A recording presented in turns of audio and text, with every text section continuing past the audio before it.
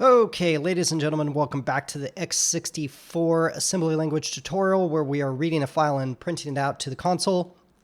Today we're going to do a kind of a cleanup of the project, and this is part of the iterative development process. So one of the best ways to develop software is to simply get things down on paper so you can see kind of the details of what's going on. And then you can reevaluate the things that you have done. And so what we're going to do today is what I did is I looked at some of my code and I realized that, when I first sat down to write this, I wanted to maybe follow my own calling convention. I was like, we don't really need to follow like the typical calling conventions. We can use our own because we're doing all of the stuff the way that we're not really interacting much with anyone else, and no one else is going to be really calling our code, so we don't have to follow a calling convention. However, upon reflection, I think it would actually be both educational and useful to use the System 5 calling convention. Now, in order to do that, we have to kind of know what a calling convention is. And so a calling convention is just that. It's a convention that says how you should call functions. Because a processor only really has registers, memory, and instructions, you have to base everything based on those three things. And in order to, say, call a function, you have to jump from where you are to a different block of code and execute that block. And then when you're down at the end of that code, you have to jump back to where you came from. Now, most assembly languages have kind of pseudo instructions called call and return that do all of this jumping and integration with the program counter that you need to deal with. And we're not going to deal with that today because that's not the focus of what we're doing. But we're going to deal with how you actually call those functions. How do you use your registers in the stack to pass parameters to a function? And so I found that actually the Wikipedia entry for calling conventions is actually pretty good. So if we go down here, now the calling convention is actually different based upon both your architecture and your operating system. So depending on what operating system and architecture that you're running under, you will have a different calling convention. Now for us, we have a x64 calling, we have an x64 architecture with a Linux operating system. So that means we're going to be using the System 5 calling convention. Now it should be over here somewhere, the System 5 AMD 64 ABI, right? So this is the calling convention used on Solaris, Linux, FreeBSD, and Mac OS. And the way that it works is in the old days, you would use actually the stack and you would just pass all your parameters on the stack. But it is actually much faster to use registers. And so with the advent of having more registers, more general purpose registers to work with in the AMD 64 architecture, we actually use the first 6 integer arguments are passed by registers. And that is what we've been doing whenever we make a system call, because the System 5 AMD 64 ABI uses this calling convention for system calls. And that means RDI, RSI, RDX, RCX, R8, R9, and then R10 can be used as registers for the arguments that you're passing. And of course, we haven't done any floating point operations, but there are floating point registers, XMM 0 through 6, or actually through 7. That gives us 8 registers to work with for floating point arguments, but we're just doing integer right now. And so the way that this works is that there's this nice table here. We've got integer and pointer arguments. The first 6 are put on registers. And what if you have more than 6 arguments that you're passing to a function? Well, the rest are actually passed on the stack generally.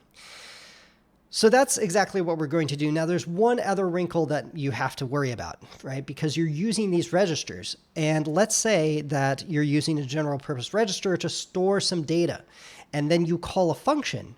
Well, how do you know that that function is not going to clobber the register that you're using to save your function? Well, this leads to the idea of callee saved and caller saved registers. And the idea behind this is that whose responsibility should it be to save these register values when they're being used?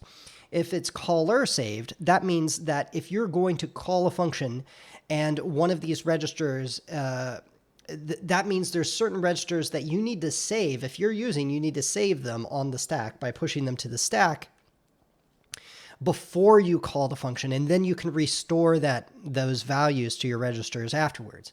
Now, the callee saved registers means that the caller can just call a function, and the callee, it is up to them. If they're going to use certain registers, they have to save their value at the beginning and then restore them before they return. So the System 5 ABI has a convention for which registers are callee and caller saved. Now, the callee, if the callee wishes to use registers in this here, actually here in the entry, it tells us, which registers need to be saved by the function. So if the callee wishes to use registers RBX, RSP, RBP, and R12 through R15, it must restore their original values before returning control to the caller. So that means that the callee must save those particular registers. Now, the other registers, say RAX, RDI,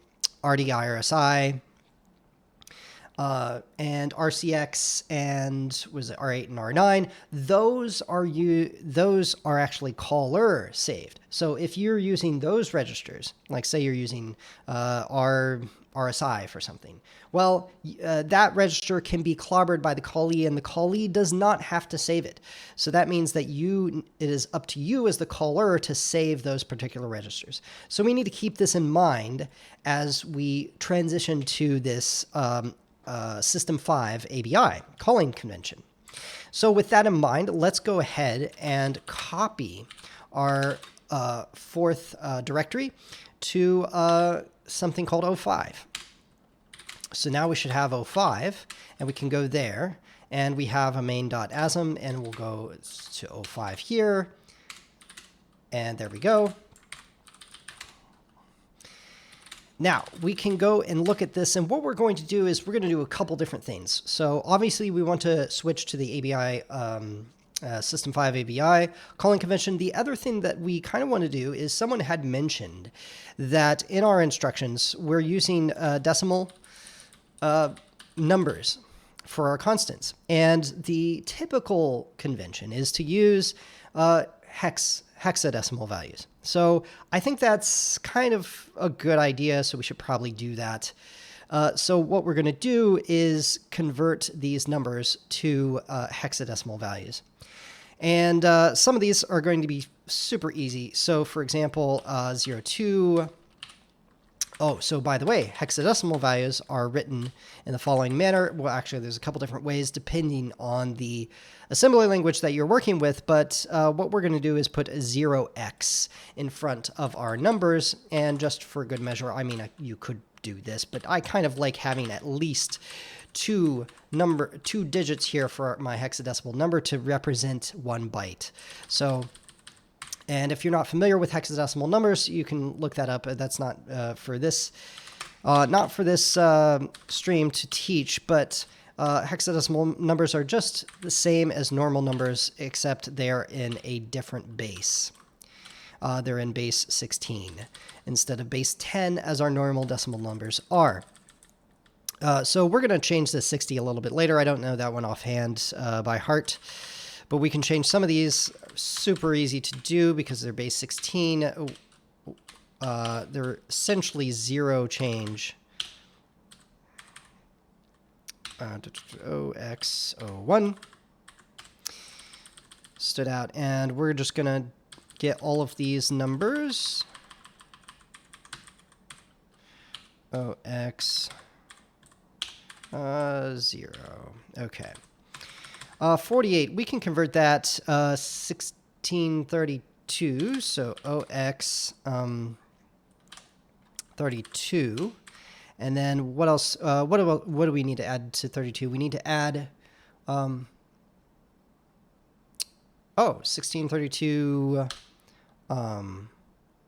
46, right? So is that right? How can I not do math? Let's see, RL wrap. I'm just going to bring up SVCL for a second. So we're going to multiply 16 by 4. And what? No, wait. 16. No, 16 by 3. Obviously. That gives us 48. So yeah, that gives us 48. It's not 46, it's 48. Obviously. Then we're going to do this. This is going to be 0.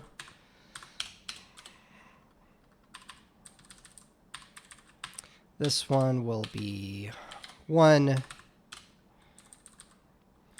10. 10 is A.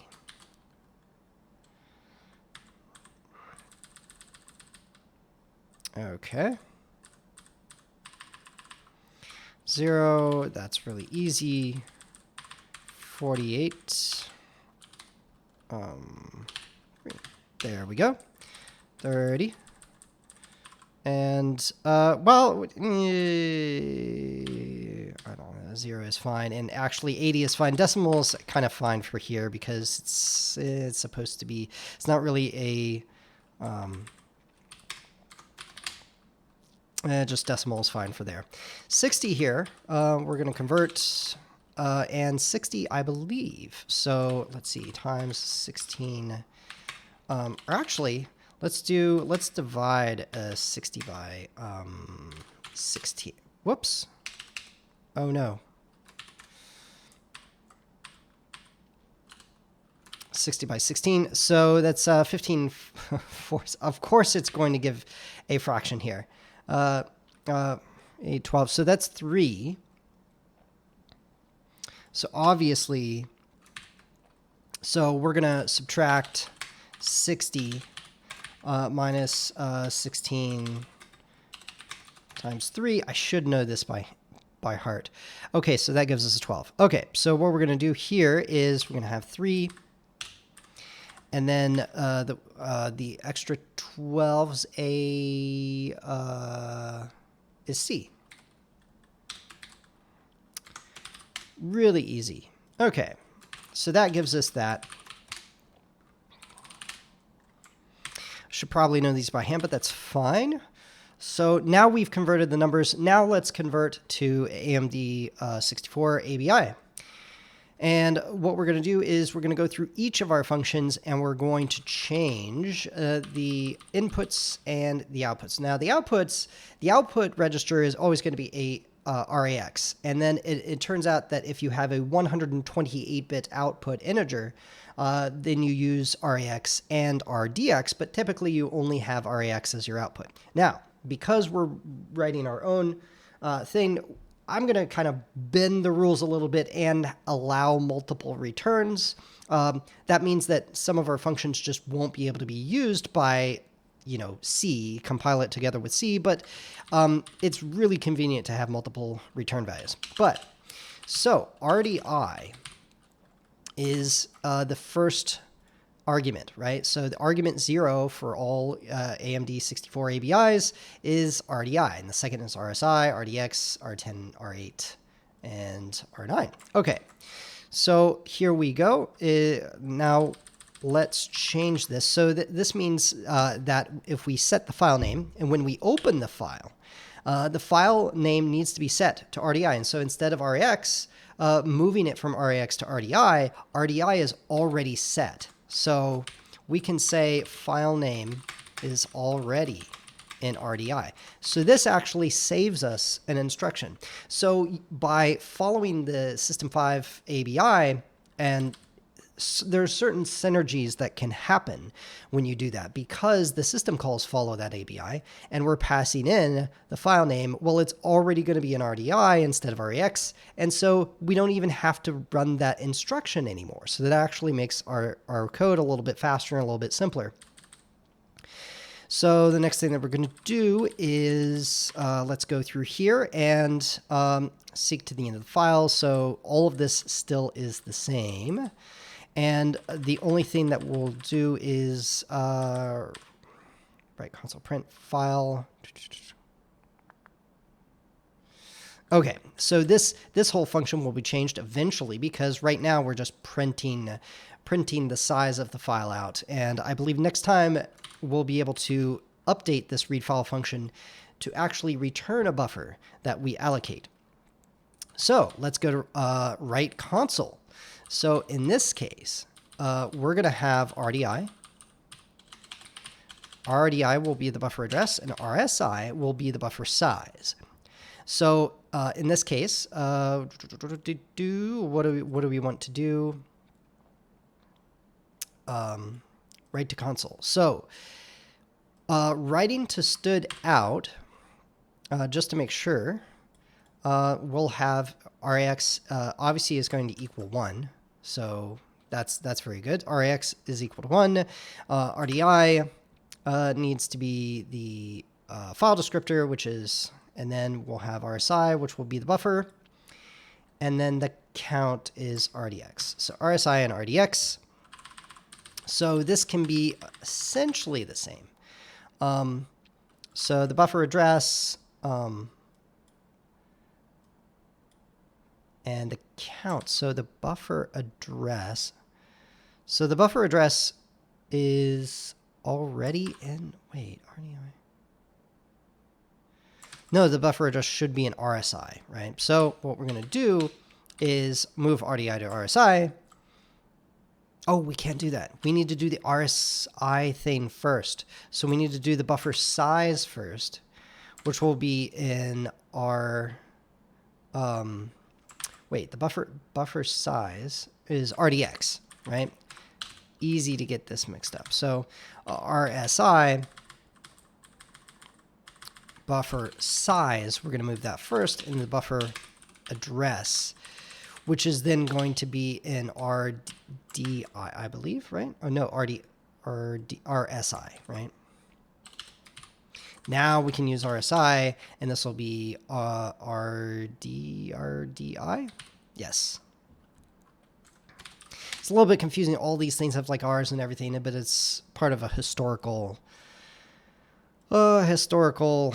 accident. So there we go. So now we've got the buffer size, the buffer address. We can write to stood out and do the system call, and everything is fine. RAX will be the number of bytes written, so that's perfectly fine. So this next one, we're going to have RDI and RSI. RDI and RSI. So buffer address and buffer size. And we're going to have the same kind of thing. So reading the console has the same kind of thing. The buffer is RSI and RDX. So what we're going to do is we're going to have the same thing here. Whoops. So we're just going to copy this. We're going to put that down and delete this other thing. Now, so that gives us the buffer size, which is going to go to RDX, and the buffer address, which is going to go into RSI. Yes. So that works. So now we've converted read console, and then we're going to go UI to A, which is going to be RDI and RSI. So the string buffer and the number to convert. So then what we can do is move the string address into another buffer. So the interesting thing is we were moving the string buffer to RSI, but it would be RDI anyway. Copy our number into RAX to count the number of digits. So this, okay, so we're going to change this line a little bit later. We're going to figure out how we can do this. See if there's an elegant way to switch things around. So copy our number into RAX to count the number of digits. So the number is actually in RSI now. So we're going to do that, and then move the string address into another number. Well, the string address is already in RDI, so maybe we don't even need to use it at all. Like, we don't need to move it into RSI anymore. So we can just get rid of this. So now, any place that we have, this will be RDI and RDI. So now we're using less instructions, or at least one less instruction than we had before, which is great. That's absolutely great. Fantastic. The rest of the stuff actually stays the same. We're referencing our string, which is an RDI, RSA has been moved into RAX, and now we're counting this string.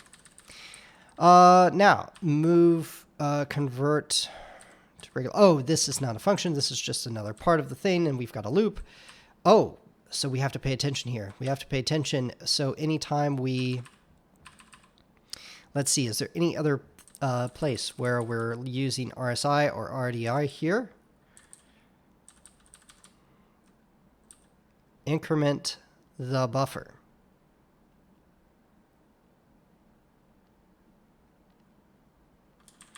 That means instead of RSI, this needs to be RDI, because the RDI is now the buffer and not RSI, right? RDI, whoops, RDI, and then reset RAX with the original number, which is in RSI, I believe.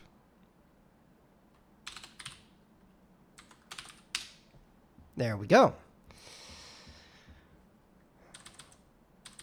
And then RDX. So buffer, RDI, RDI again, RX, and then there we go. So that's pretty good. And that's it. So let's see if our program still compiles. So it compiles. Now, does it work? So does it work? So if we run main, oh, there's a segmentation fault. That's not good. So we made a mistake somewhere. So we should be able to read. So let's see. Our program is going to read. Oh, you know what? The beginning of our program does not follow the correct ABI. This needs to be RDI. Yes. So we need to put file name into RDI. That's probably why we had a problem in the first place. Then we exit the program. Okay. So FASM main. That might have been. Oh, nope. That wasn't the problem. I mean, obviously that was a problem in the first place, but it wasn't the only problem. So let's go ahead and figure the rest of this out. Let's see. Executable, open the file. So RX has to be open, RSI. It's read only, and RDI. Wait, open the file. So open RDI. Yes, has the file name, which is great. So RDI. So this open should be fine. And then seek to the end of the file. Look at this, right? So RDI has the file name, right? And so when we open the file, RAX will have the file descriptor, and then the file descriptor, so I guess we probably don't have to care about RDI after this call. We don't care about the file name any longer. So let's see if we can seek to the end of the file. So we'll move the file descriptor into RDI. So if we're going to seek to the end, let's do an lseek.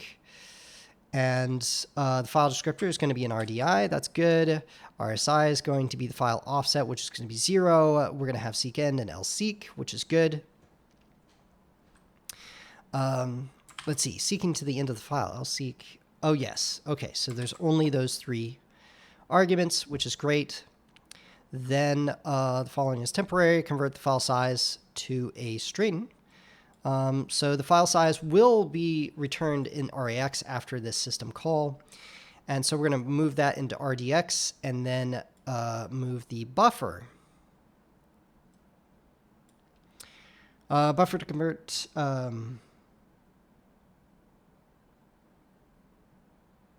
Oh, what is this? So where did buffer? Oh, because we're using this buffer at the very bottom of the page.